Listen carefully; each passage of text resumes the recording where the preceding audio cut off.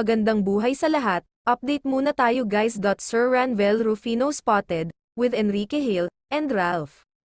Support of Red Show, last night. Nag-enjoy nga si Ken sa panunood sa show ni Red Oleros. Samantala, ito naman ang ganap sa new YouTube series ni Liza Soberano. Nakasama niya dito ang mga magagaling kumanta at sumayaw, ang K-pop girl group, Billy. 7 babae ang bumubuo sa K-pop group, Billy, habang nag-i-interview si Liza Soberano sa kanila.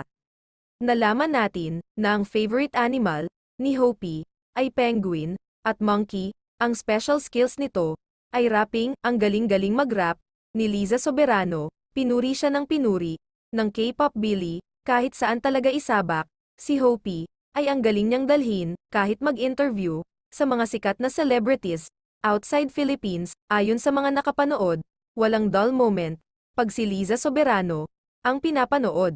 Eto ang mga komento ng mga netizens sa performance ni Hopi. Yeah.